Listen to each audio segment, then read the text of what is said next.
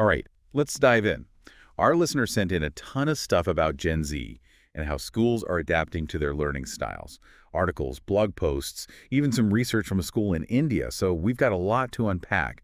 It's a deep dive into how this generation learns and how educators are keeping up. Yeah, it's a global thing, right? It's super interesting to see how all these different perspectives play out. Totally. So, to start, I think we can assume our listeners familiar with the Gen Z basics, born after the mid-90s, digital natives, all that. But what I'm really curious about are those deeper characteristics, the things that set them apart. What are you seeing in these sources? Well, one thing that pops up is how much Gen Z values security and stability. Makes sense if you think about it. 9/11, the Great Recession, a global pandemic. Yeah, wow. That's a lot of uncertainty for anyone, especially a young mind. Totally changes your outlook. It's not just about being on their phones all the time. You have to look at the world they've grown up in. Right, and that ties directly into how they learn. They're not just absorbing information passively. It's more about actively seeking knowledge that feels relevant, practical, stuff that they can use to deal with these challenges around them. So it's less about short attention spans and more about being picky with where they focus. Exactly. And this is where their relationship with technology gets interesting. We know they're super tech savvy, online all the time, but these sources point to a paradox. They also crave real-world connections. They often actually prefer face-to-face communication. Really? That seems counterintuitive. Why would a generation so plugged in still value in-person interaction so much? Well, think about it. For them, digital connection is normal, everyday life. So face-to-face becomes special, intentional, meaningful. Like a way to balance things out. Yeah, ground themselves in the real world, all that digital stimulation. Makes sense. And this desire for balance plays into their learning, too. They're digital natives, but they're not just passively taking in information online. Right, they're not just watching YouTube videos all day. These sources talk about a preference for interactive, visually engaging stuff. And that's important, right? It's not just that they like videos and games, it's deeper than that. Their brains are wired differently. It's a generation that's grown up with information coming at them from everywhere. Visual learning fits how they experience the world. So it's about meeting them where they are, cognitively, which I imagine has implications for educators. Absolutely. One source even mentioned how Gen Z students sometimes expect their instructors to be more tech-savvy than they are. Think about that pressure. Oh, wow. Yeah. It's like a moving target. And it's not just about using the latest apps. It's about using them effectively in the classroom. Right. So how do you engage them? What are educators doing to meet these needs? Well, we've got flipped classrooms, blended learning, even VR and AR. It's almost like they're taking inspiration from the gaming world to create these immersive learning experiences. Smart approach, actually. Gamification, simulations, personalized learning paths. It all taps into Gen Z's curiosity and their desire to be challenged. Which is what good learning is all about. Yeah. Engagement. Exactly. But there's another interesting piece here, the meddler in the middle approach. That term definitely jumped out at me too. Right. Can you explain that a bit for our listener?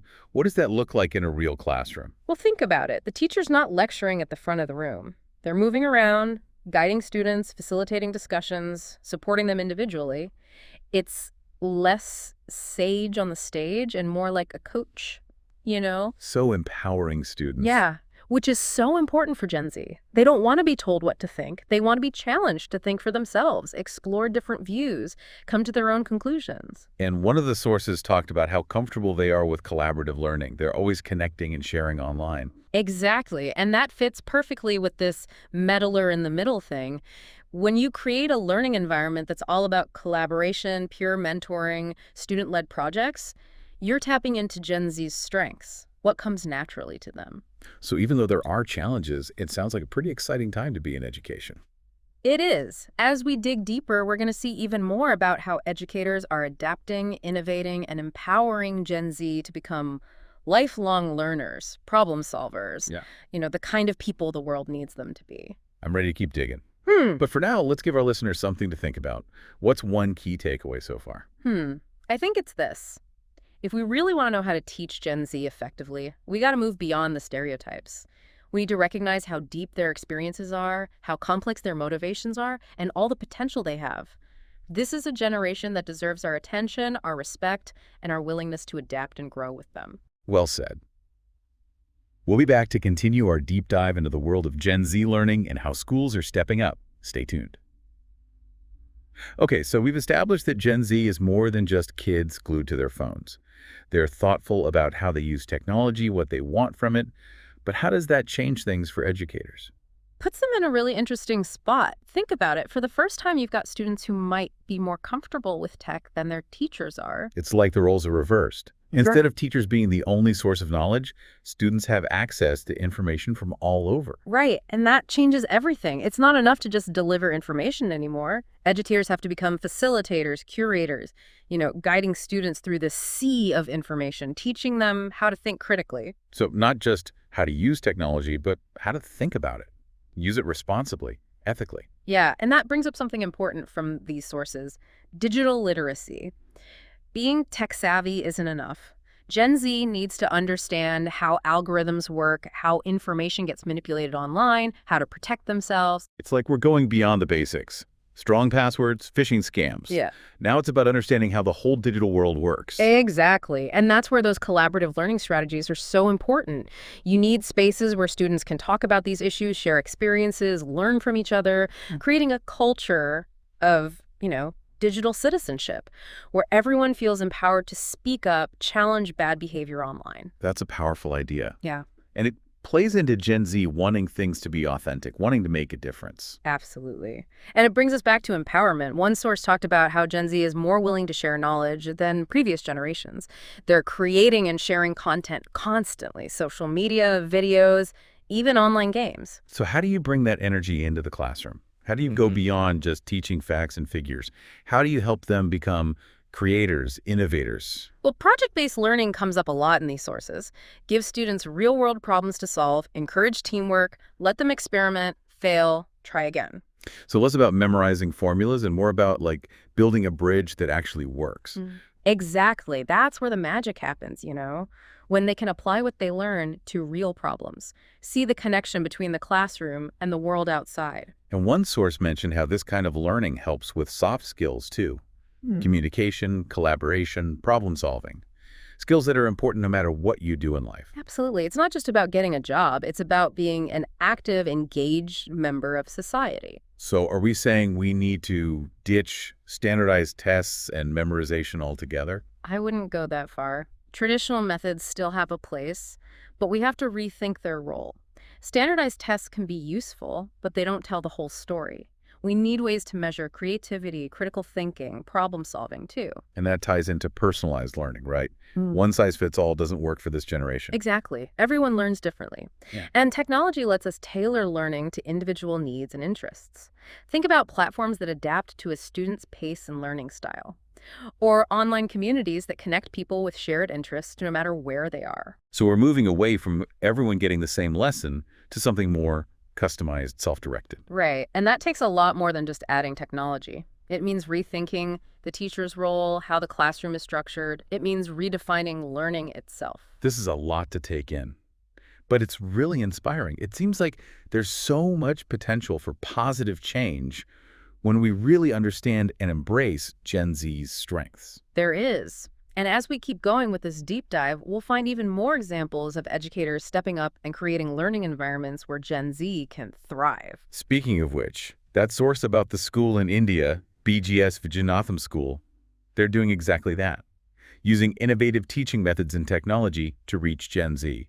They're even considered one of the best schools in Noida Extension. That's a great example. They really get this meddler-in-the-middle approach. They know that Gen Z does best when they have ownership over their learning. It's amazing to see this play out in actual classrooms. But let's switch gears for a second and talk about the potential downsides of this tech-heavy approach. Important to consider that. Like any powerful tool, technology has two sides. We talked about digital literacy, but there's also digital overload. Gen Z is bombarded with information and stimulation constantly. It can be a lot. It's not just about access. It's about filtering, prioritizing, making sense of it all. Right. And educators can help with that. They can teach students strategies to manage their digital lives, set boundaries, prioritize their mental health. So it's not just about tech skills. It's about living a balanced, healthy life in a world that's saturated with technology. Exactly. And that requires a more holistic view of education, recognizing that academic learning, social emotional development, digital citizenship, it's all connected. We're talking about a big shift in how we see the purpose of education. It's not just about jobs or college, it's about preparing them for life. You got it. And that's why it's so important to keep having these conversations, exploring different approaches, and thinking outside the box. Well said. Let's move on to the final part of our deep dive, where we'll explore some of the big questions and potential solutions that have come up. Stay with us. So we've talked about a lot in this deep dive. We've seen how Gen Z learns, the strategies educators are using to reach them. It really feels like a major shift in education. Yeah, and it's not just about adding tech to the classroom. It's a deeper change. Rethinking how we teach, recognizing that learners have agency, giving them control over their own education. And it's really interesting to see how all these sources connect. The school in India trying new things, the research from Turkey about teachers adapting to Gen Z's tech skills, articles about making things personal and relevant. It's a global conversation, isn't it? Oh, definitely. And one thing that really stands out from all this is shared knowledge. Gen Z is always creating, sharing, remixing information online. For them, knowledge it's fluid, dynamic, collaborative. Which is different from the traditional view of knowledge, right? It's not something to be guarded and kept secret. Huge shift. But think about the potential. If we can tap into that collaborative spirit, create learning environments where sharing and mentoring are encouraged. I'm picturing a global network of learners, all connected, sharing ideas, working on projects together. That's exciting. And it fits perfectly with Gen Z's strength. They're natural collaborators, comfortable with tech, wanting to make a difference, give them the tools and guidance they need. And they could be a generation of innovators, problem solvers. But as we empower them, we have to think about the downsides too. Yeah. Like the digital overload we talked about. How do we make sure they're not overwhelmed with all that information? Digital and media literacy are key. Give them the skills to evaluate information, spot fake news, be safe and responsible online. It's not just about protection. It's about having a healthy relationship with technology. Balance, well-being, real-world connections. Absolutely. We need an approach to education that sees the big picture. Academics, social emotional skills, digital citizenship, it's all connected. So to wrap things up, what's the one thing you want our listener to remember about reaching Gen Z? I think it's this. Gen Z is not a problem to be fixed. It's a generation full of potential, eager to learn, ready to make a difference. As educators, parents, mentors, it's our job to understand them, to support their strengths, and to create learning environments where they can thrive. That's a great point. And it reminds us that education is a two-way street. We have as much to learn from Gen Z as they do from us. Their perspectives, their experiences, their tech skills, it can all make us better educators.